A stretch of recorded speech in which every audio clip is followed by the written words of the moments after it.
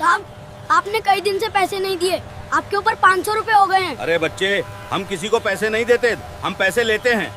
साहब, आज मेरा हिसाब कर दो, मुझे अपनी अम्मा की दवाई लानी है। अगर तू पैसे मांगेगा तो तुझे जेल में डाल देंगे। साहब, मेरे सभी पैसे दे दो, मुझे दवाई लेकर आनी है। अरे देखो, ये बच्चा पैसे मांग रहा है, इसे पकड़ो, थाने ले चलो। अरे ये वीडियो किसने वायरल कर दिया? अब तो हमारा बचना मुश्किल है। हमारी नौकरी खतरे में पड़ गई है। जिस 12 साल के समोसे वाले को पुलिस ने सड़क पर घसीट घसीट कर मारा, वही बच्चा निकला शहर के सबसे बड़े डॉक्टर का खोया हुआ बेटा। लेकिन सच्चाई सामने आने से पहले एक लाइनमैन ने वो किया जिसकी किसी को उम्मीद नहीं थी। दिल्ली के आनंद विहार बस अड्डे के बाहर धूल भरी सड़क पर राहुल का छोटा सा ठेला खड़ा था। 12 साल का यह लड़का सुबह 5 बजे से रात 8 बजे तक समोसे बेचता था। उसके ठेले में 3 अलग अलग तरह के समोसे रखे रहते थे, मसालेदार आलू वाले, तीखे प्याज वाले और मिक्स वाले। ठेले के पास 2 पुरानी लकड़ी की बेंचें पड़ी रहती थीं, जहां ग्राहक बैठकर गर्म गर्म समोसे का स्वाद लेते थे। राहुल की आंखों में एक अजीब सी उदासी थी, जैसे वह अपने अतीत की धुंधली यादों को समेटे हुए हो। शारदा अम्मा के साथ वह गली के अंत में बनी एक छोटी सी झोपड़ी में रहता था।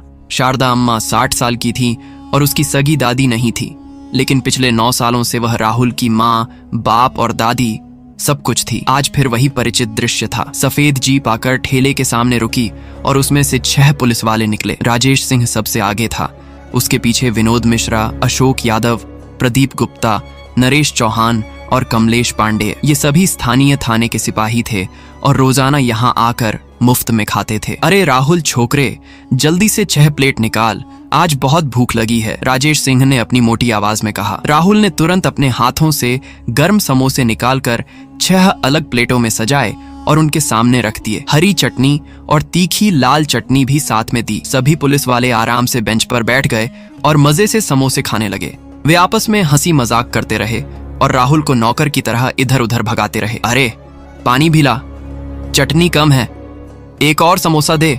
राहुल चुपचाप सब कुछ लाता रहा। ये रोज का नियम था। जब वे सभी खाना खत्म करके उठने लगे, राहुल ने हिम्मत जुटाकर कहा, साहब 80 रुपए हो गए। राजेश सिंह की आंखें गुस्से से लाल हो गईं। क्या कहा बे, हमसे पैसे मांग रहा है? विनोद मिश्रा ने धमकी भरे अंदाज में कहा। देख छोकरे, अगर दोबारा पैसे मांगा तो तेरा ये ठेला यहाँ से गायब हो जाएगा। राहुल का गला सूख गया, वह कुछ कह नहीं सका। ये लोग रोज आते, मुफ्त में पेट भरकर खाते और बिना पैसे दिए चले जाते। धीरे धीरे इनकी संख्या बढ़ती जा रही थी। कभी 8, कभी 10, कभी 15 लोग तक हो जाते। राहुल की परेशानी केवल इतनी ही नहीं थी। शारदा अम्मा की तबीयत दिन ब दिन बिगड़ती जा रही थी। पहले वह सिर्फ खांसती थी, अब उसे सांस लेने में भी दिक्कत होने लगी थी। रात को वह घरघराहट की आवाज के साथ सांस लेती और राहुल की नींद उड़ जाती। एक दिन अचानक उसे तेज बुखार आया और वह बेहोश हो गई। राहुल घबराकर उसे रिक्शे में बिठाकर सरकारी अस्पताल ले गया। वहां डॉक्टर ने एक्सरे और कुछ टेस्ट कराने के बाद बताया कि उसे फेफड़ों में संक्रमण हो गया है और तुरंत इलाज की जरूरत है। कितना खर्च आएगा डॉक्टर साहब? राहुल ने घबराते हुए पूछा। कम से कम 25,000 रुपए लगेंगे बेटे, दवाइयाँ महंगी हैं, डॉक्टर ने कहा। राहुल के पास उस वक्त केवल 3,000 रुपए थे, जो उसने महीनों की कड़ी मेहनत से जोड़े थे। वह समझ गया कि अब उसे और भी मेहनत करनी होगी। अगले दिन से वह सुबह 4 बजे उठने लगा। अंधेरे में ही समोसे बनाने का काम शुरू कर देता। आलू उबालना, मसाला तैयार करना, आटा गूंदना, समोसे तलना, सब कुछ अकेले करता। फिर ठेला लेकर 6 बजे तक बस अड्डे पहुंच जाता। दिन भर काम करने के बाद रात को घर आकर शारदा अम्मा को खाना खिलाता, दवाई देता और उनकी सेवा करता। इस तरह वह रोज 200-300 रुपए कमाता था। लेकिन समस्या यह थी कि राजेश सिन्हा और उसके साथी रोज आकर उसकी आधी कमाई मुफ्त में हड़प जाते थे। अब तो वे और भी लोगों को साथ लेकर आने लगे थे, कभी उनके रिश्तेदार, कभी दूसरे विभाग के कर्मचारी, कभी उनके दोस्त। राहुल की कमाई का 60% हिस्सा इन लोगों के पेट में चला जाता था। 1 महीना बीत गया, लेकिन वह केवल 8,000 रुपए ही जोड़ पाया था। शारदा अम्मा की हालत और भी खराब हो रही थी। वह पूरे दिन बिस्तर पर पड़ी रहती और बार बार राहुल का नाम पुकारती। राहुल बेटा, मैं कहीं मर तो नहीं जाऊंगी, वह कमजोर आवाज में कहती। राहुल का दिल टूट जाता। उसे लगता था जैसे वक्त उसके हाथ से रेत की तरह फिसलता जा रहा है। आखिरकार एक दिन उसने हिम्मत जुटाई और राजेश सिंह के सामने हाथ जोड़े। साहब, मेरी अम्मा बहुत बीमार हैं, उनका इलाज कराना है, प्लीज मेरे पैसे दे दीजिए, आप सब रोज यहाँ खाते हैं। राजेश सिंह का चेहरा गुस्से से तमतमा उठा। अबे साले, फिर पैसे मांग रहा है? अशोक यादव ने आगे बढ़कर राहुल के बाल पकड़े। नालायक कहीं के, हम यहाँ खाते हैं तो तेरी दुकान की शान बढ़ती है, समझा? राहुल के आंसू छलक आए। साहब, बस मेरे पैसे दे दीजिए, अम्मा मर जाएंगी, मुझे दवाई लानी है। आपको पैसे तो देने ही पड़ेंगे, चाहे कुछ भी हो जाए। ये सुनते ही राजेश सिंह का पारा चढ़ गया। अरे साले, हमें धमकी दे रहा है। उसने जोर से राहुल के ठेले को लात मारी। ठेला लड़खड़ाकर एक तरफ गिर गया। सारे समोसे सड़क पर बिखर गए। गर्म तेल का बर्तन भी उलट गया और राहुल के हाथ और पैर पर छलक गया। राहुल दर्द से चीख उठा, लेकिन किसी ने उसकी परवाह नहीं की। विनोद मिश्रा ने उसके गाल पर जोर से थप्पड़ मारा। आइंदा पैसे मांगा तो यहाँ से भगा देंगे। प्रदीप गुप्ता ने गिरे हुए समोसों को लात मारकर इधर उधर फेंक दिया। ये है तेरी औकात, अब समझा? नरेश चौहान ने राहुल को धक्का देकर जमीन पर गिरा दिया। कमलेश पांडेय ने उसके सिर पर भी मारा। आसपास भीड़ जमा हो गई थी। लोग देख रहे थे कि कैसे 6 मजबूत पुलिस वाले एक 12 साल के मासूम बच्चे के साथ जानवरों जैसा व्यवहार कर रहे हैं। राहुल सड़क पर बैठा रो रो कर हाथ जोड़ रहा था। साहब प्लीज मेरे पैसे दे दीजिए, मेरी अम्मा मर जाएंगी, आप लोगों पर हजारों रुपए बाकी हैं। लेकिन पुलिस वालों का दिल पत्थर हो चुका था। राजेश सिंह ने उसे एक और लात मारी। चुप रह साले, एक और शब्द निकाला तो अभी थाने में बंद कर देंगे। भीड़ में खड़े लोग सिर्फ सरगोशी कर रहे थे, लेकिन किसी की हिम्मत नहीं थी कि वे पुलिस वालों के सामने कुछ कहें। राहुल वहीं फुटपाथ पर बैठकर रो रहा था। उसकी पूरे दिन की मेहनत बर्बाद हो गई थी। समोसे सड़क पर बिखरे पड़े थे और कुत्ते उन्हें खा रहे थे। अब वह शारदा अम्मा को कैसे बताएगा, कैसे उनकी दवाई खरीदेगा? पुलिस वाले हंसते हंसाते अपनी जीप में बैठ गए और वहां से चले गए जैसे कुछ हुआ ही नहीं हो। लेकिन इन पुलिस वालों को क्या पता था कि जिस बच्चे को वे इतनी बेरहमी से पीट रहे थे वह शहर के सबसे बड़े और सम्मानित डॉक्टर का खोया हुआ बेटा था। 9 साल पहले की बात है, जब राहुल सिर्फ 3 साल का था। उस वक्त उसका नाम अर्जुन था। डॉक्टर अनिल वर्मा दिल्ली के सबसे मशहूर हृदय विशेषज्ञ थे। उनका अपना बड़ा हॉस्पिटल था और वे बहुत अमीर थे। उनकी पत्नी प्रिया एक सुंदर और पढ़ी लिखी महिला थी। दोनों का छोटा बेटा अर्जुन उनकी आंखों का तारा था। वह बहुत सुंदर और शरारती बच्चा था। मई की छुट्टियों में पूरा परिवार गोवा के समुद्री तट पर घूमने गया था। कैलांगुट बीच पर उन्होंने एक सुंदर रिसोर्ट में कमरा लिया था। तीसरे दिन सुबह वे सभी समुद्र के किनारे नहाने गए। छोटा अर्जुन भी उनके साथ था। डॉक्टर अनिल वर्मा और प्रिया पानी में नहाने में मशगूल हो गए। उन्होंने अर्जुन को रेत में खेलने के लिए एक तरफ बिठा दिया था। बच्चा वहीं रेत का घर बना रहा था, लेकिन धीरे धीरे वह रेंगता हुआ पानी के पास पहुंच गया। समुद्र की लहरें आ रही थीं और जा रही थीं। छोटे अर्जुन को यह बहुत मजेदार लग रहा था। वह हंसते हंसते लहरों के पीछे भागने लगा। एक बड़ी लहर आई और उसे अपने साथ बहा ले गई। जब डॉक्टर अनिल वर्मा और प्रिया ने पीछे मुड़कर देखा तो वहां कोई नहीं था। वे घबराकर चिल्लाए, अर्जुन अर्जुन, लेकिन कहीं कोई आवाज नहीं आई। तुरंत सारे बीच पर हड़कंप मच गया। रिसोर्ट के लोग, स्थानीय मछुआरे, पर्यटक सभी अर्जुन को ढूंढने लगे। पुलिस को भी खबर दी गई, लेकिन समुद्र बहुत बड़ा था और तेज लहरें थीं। कई दिन तक तलाश चलती रही, लेकिन अर्जुन का कहीं पता नहीं चला। डॉक्टर अनिल वर्मा ने अपना सब कुछ दांव पर लगा दिया। प्राइवेट हेलीकॉप्टर मंगवाए, गोताखोरों की टीम बुलाई, समुद्री पुलिस की मदद ली, लेकिन कुछ हासिल नहीं हुआ। प्रिया का हाल बेहाल हो गया था। वह रोते रोते बीमार पड़ गई और महीनों बिस्तर से नहीं उठी। डॉक्टर अनिल वर्मा ने अपना काम धंधा छोड़कर साल भर तक अलग अलग शहरों में अर्जुन को ढूंढा। निजी जासूस रखे, अखबारों में इश्तहार दिए, टेलीविजन पर अपील की, लेकिन अर्जुन जैसे हवा में गायब हो गया था। असल में हुआ यह था कि समुद्र की लहर अर्जुन को बहुत दूर तक ले गई थी, लेकिन किसी चमत्कार से वह बच गया था। लहरों ने उसे एक मछली पकड़ने वाली नाव के पास पहुंचा दिया था। नाव वाले ने उसे निकाला और अस्पताल पहुंचाया। वहां के डॉक्टरों ने उसकी जान बचा ली, लेकिन छोटे अर्जुन की याददाश्त चली गई थी। वह अपना नाम, घर, माता पिता कुछ भी याद नहीं रख पाया। अस्पताल वालों ने पुलिस को सूचना दी, लेकिन उस समय का संचार व्यवस्था इतनी अच्छी नहीं थी। पुलिस ने स्थानीय अखबारों में छपवाया, लेकिन यह खबर दिल्ली तक नहीं पहुंची। धीरे धीरे यह 3 साल का लड़का काफी दूर जाकर किसी को मिला था। फिर उसने इसको अनाथालय में दे दिया था। अनाथालय भी यमुना नदी के पास था। सारे बच्चे यमुना नदी के पास रोजाना खेलने जाते थे। एक बार फिर अचानक पानी की लहर आई और यमुना नदी में यह 3 साल का बच्चा फिर से तेज धारा में बहने लगा। ठीक उसी वक्त शारदा अम्मा अपनी फैक्ट्री से काम खत्म करके घर जा रही थी। वे यमुना पुल से गुजर रही थी कि उन्होंने पानी में किसी बच्चे को बहते देखा। वे तुरंत चिल्लाईं, बचाओ बचाओ, कोई बच्चा डूब रहा है। आसपास के लोग दौड़े आए। किसी ने रस्सी डाली, किसी ने छलांग लगाई। आखिरकार उन्होंने बच्चे को बाहर निकाला। बच्चे के पेट में बहुत पानी भर गया था। शारदा अम्मा ने तुरंत उसे अस्पताल पहुंचाया। डॉक्टर ने कहा, बच्चा आप खतरे से बाहर है, इसके पेट में पानी भर चुका था, लेकिन अब फिक्र करने की जरूरत नहीं है। जब बच्चा होश में आया तो उससे उसका नाम पूछा गया, लेकिन वह कुछ भी याद नहीं रख पा रहा था। शारदा अम्मा का दिल पसीज गया। वे खुद बूढ़ी और अकेली थीं। उनके कोई संतान नहीं थी। 3-4 दिन गुजर चुके थे, लेकिन अस्पताल में बच्चे को ढूंढता हुआ कोई नहीं आया था। उन्होंने सोचा, मैं इसको अपने घर ले जाती हूँ, अगर कोई आएगा तो इस बच्चे को दे दूंगी। उन्होंने इसका नाम राहुल रखा और अपने घर ले गईं। पुलिस में रिपोर्ट भी लिखाई और अखबारों में भी खबर दी, लेकिन कोई नहीं आया। इस तरह शारदा अम्मा ने राहुल को अपने बेटे की तरह पालना शुरू कर दिया। जिस वक्त जब राहुल सड़क पर बैठकर रो रहा था, पास में ही पंकज नाम का एक लाइनमैन खड़ा था। वह थाने की खराब हो चुकी बिजली की लाइन ठीक करने जा रहा था। पंकज ने पूरा वाकया देखा था। उसका खून खौल रहा था। कैसे ये पुलिस वाले एक मासूम बच्चे के साथ इतना जुल्म कर सकते हैं। पंकज एक ईमानदार और नेक दिल आदमी था। उसका भी एक बेटा था जो राहुल की उम्र का था। वह सोच रहा था कि अगर उसके बेटे के साथ ऐसा होता तो उसने तुरंत अपना मोबाइल निकाला और पूरी घटना को रिकॉर्ड कर लिया। वीडियो में साफ दिख रहा था कि कैसे राजेश सिंह ने राहुल के ठेले को लात मारकर गिराया है, कैसे विनोद मिश्रा ने उसे थप्पड़ मारा है, कैसे बाकी पुलिस वालों ने उसे धक्के देकर गिराया है। राहुल का रोना भी वीडियो में साफ सुनाई दे रहा था। पंकज के अंदर आग भड़क रही थी। उसने सोचा कि इन पुलिस वालों को सबक सिखाना चाहिए। वह थाने पहुंचा तो देखा कि मुख्य हॉल की बत्ती खराब हो चुकी है। उसके पास एक शानदार प्लान था। उसने बत्ती को ठीक करने के बजाय उसे और भी ज्यादा खराब कर दिया। मुख्य स्विच बोर्ड के तार भी काट दिए और फ्यूज भी निकाल लिया। 1 घंटे बाद जब राजेश सिंह और बाकी पुलिस वाले थाने वापस आए तो देखा कि पूरा थाना अंधेरे में डूबा हुआ है। राजेश सिंह ने गुस्से में पंकज को फोन किया। अरे पंकज, ये क्या माजरा है? बत्ती ठीक क्यों नहीं हुई? पंकज ने बिल्कुल शांत आवाज में जवाब दिया, आप लोगों ने उस समोसे वाले बच्चे के पैसे क्यों नहीं दिए? यह सुनकर राजेश सिंह और बाकी सभी पुलिस वाले हक्के बक्के रह गए। विनोद मिश्रा ने आगे बढ़कर कहा, तू हमें सिखाने आया है? चुपचाप अपना काम कर। पंकज ने अपना मोबाइल निकाल कर कहा, आप सबका वीडियो मेरे पास है। आपने उस मासूम बच्चे को मारा था, उसके समोसे सड़क पर फेंके थे। राजेश सिंह का चेहरा पीला पड़ गया। तूने हमारा वीडियो बनाया है? अशोक यादव धमकी भरे लहजे में बोला। वीडियो डिलीट कर दे वरना तुझे जेल में सड़ा देंगे। लेकिन पंकज बिल्कुल भी नहीं डरा।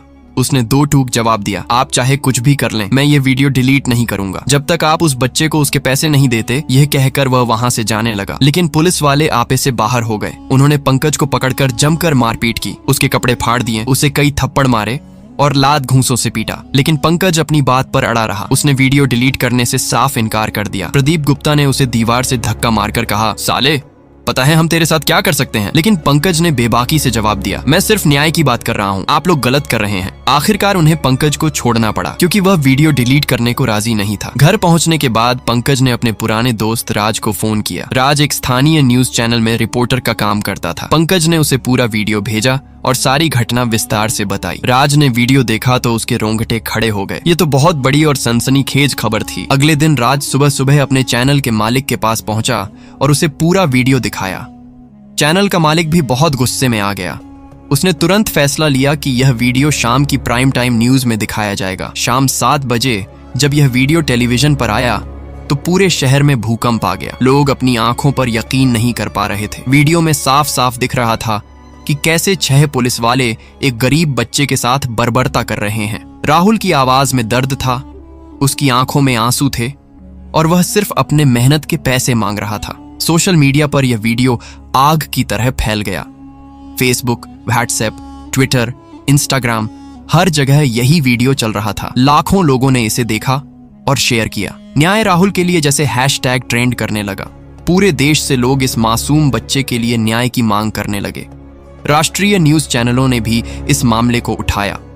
हर न्यूज डिबेट में यही सवाल था कि दिल्ली पुलिस के 6 जवानों ने एक निर्दोष बच्चे के साथ इतना अमानवीय व्यवहार कैसे किया। सरकार पर दबाव बनने लगा। मानवाधिकार आयोग ने पुलिस विभाग को नोटिस भेजा। पुलिस कमिश्नर को मीडिया के सामने बार बार सफाई देनी पड़ रही थी। हर न्यूज चैनल पर राजेश सिंह और उसकी टीम की तस्वीरें चल रही थीं। लोग सड़कों पर प्रदर्शन करने लगे। राहुल को न्याय दो के नारे गूंजने लगे। 3 दिन बाद जब यह मामला राष्ट्रीय स्तर पर पहुंच गया तो मीडिया की पूरी फौज आनंद विहार पहुंची। वे राहुल से मिलना चाहते थे और उसकी कहानी जानना चाहते थे। जब वे उसकी छोटी सी झोपड़ी पहुंचे तो देखा कि एक 60 साल की कमजोर बुढ़िया खांसते हुए बिस्तर पर लेटी हुई है और एक 12 साल का लड़का उसके पास बैठा उसकी सेवा कर रहा है। राहुल के हाथ में अभी भी पट्टी बंधी हुई थी जहां गर्म तेल गिरा था। मुख्य रिपोर्टर ने राहुल से पूछा, बेटा पुलिस वालों ने तुम्हें क्यों मारा था? तुमने क्या गलती की थी? राहुल ने रोते हुए पूरी कहानी बताई। साहब, मैं रोज समोसे बेचता हूँ। वे लोग रोज आते हैं और बिना पैसे दिए खाते हैं। जब मैंने अपने पैसे मांगे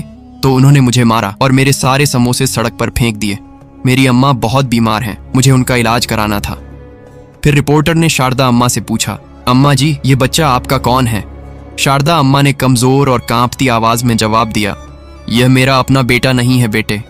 9 साल पहले मुझे यह नदी में बहता हुआ मिला था। मैं उस दिन अपनी कपड़ों की फैक्ट्री से काम खत्म करके घर जा रही थी। रास्ते में यमुना नदी पड़ती है, वहां मैंने इसे पानी में डूबते देखा।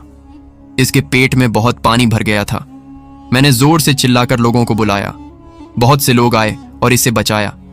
सब समझ रहे थे कि यह मर गया है, लेकिन मैंने इसकी धीमी सांस महसूस की। मैंने इसे तुरंत अस्पताल पहुंचाया। डॉक्टर ने कहा कि यह बच जाएगा। उसके बाद से मैं इसे अपने बेटे की तरह पाल रही हूं। रिपोर्टर हैरान रह गया। रिपोर्टर ने राहुल से पूछा, तुम्हें अपने असली माता पिता की कोई याद है? राहुल ने कहा, बहुत धुंधली सी, कभी कभी सपने में कुछ चेहरे दिखते हैं। ये इंटरव्यू जब सभी न्यूज चैनलों पर प्रसारित हुआ तो पूरे देश में एक और टहलका मच गया। अब यह सिर्फ पुलिस की बर्बरता का मामला नहीं था, बल्कि एक खोए हुए बच्चे की दुखभरी कहानी भी थी। लोगों के दिल भर आए। सोशल मीडिया पर हैशटैग माइन की राहुल का घर ढूंढो जैसे हैशटैग ट्रेंड करने लगे। हजारों लोग आगे आए और कहा कि वे राहुल की पढ़ाई और इलाज का खर्च उठाएंगे। शहर के दूसरी तरफ डॉक्टर अनिल वर्मा अपने प्राइवेट हॉस्पिटल में एक बहुत ही जटिल हार्ट ऑपरेशन कर रहे थे।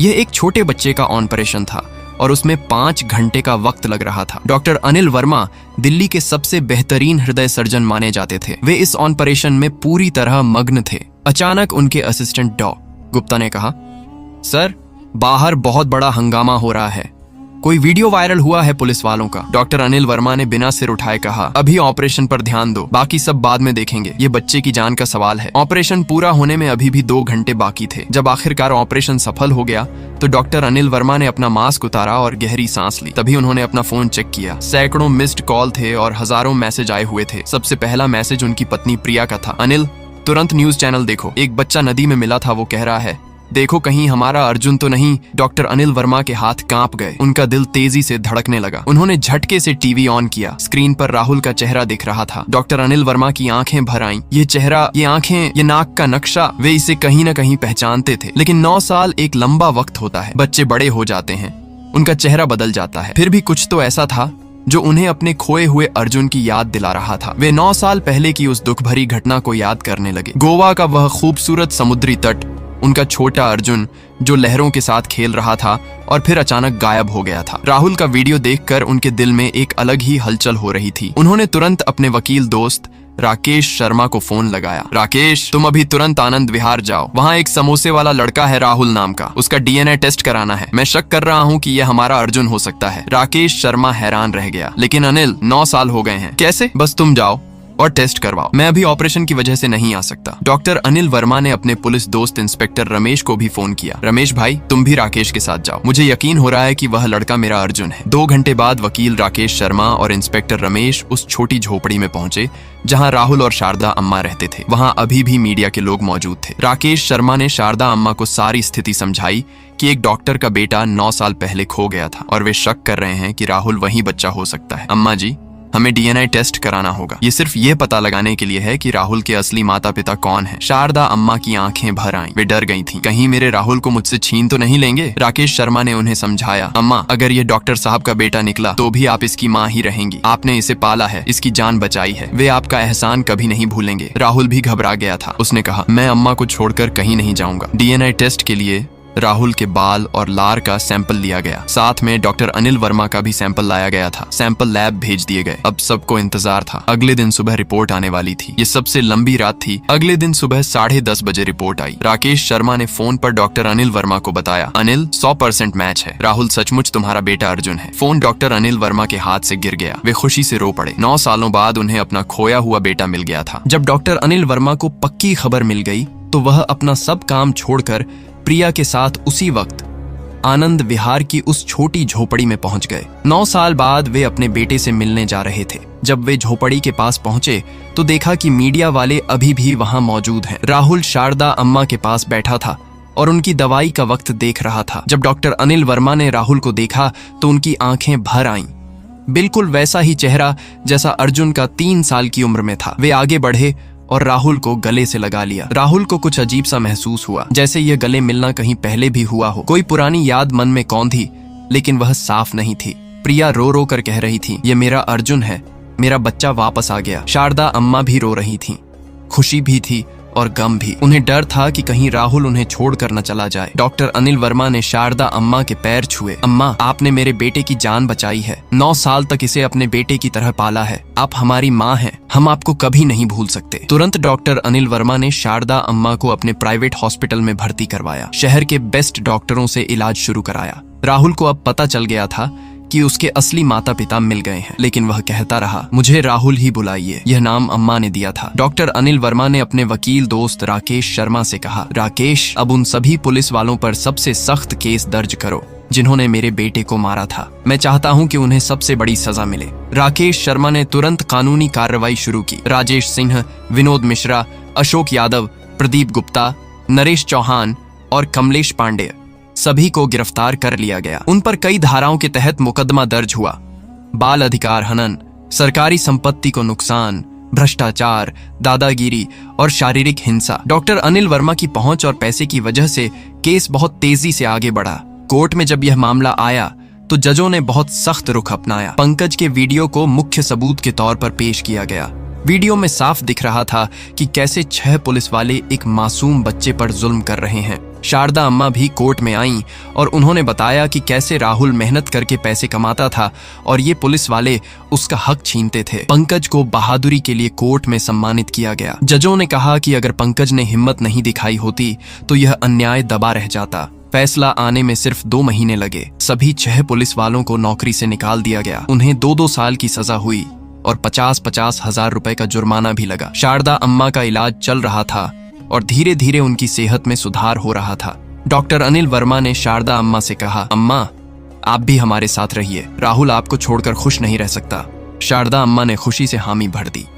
इस तरह एक छोटी सी झोपड़ी से निकलकर राहुल को अपना असली घर मिल गया।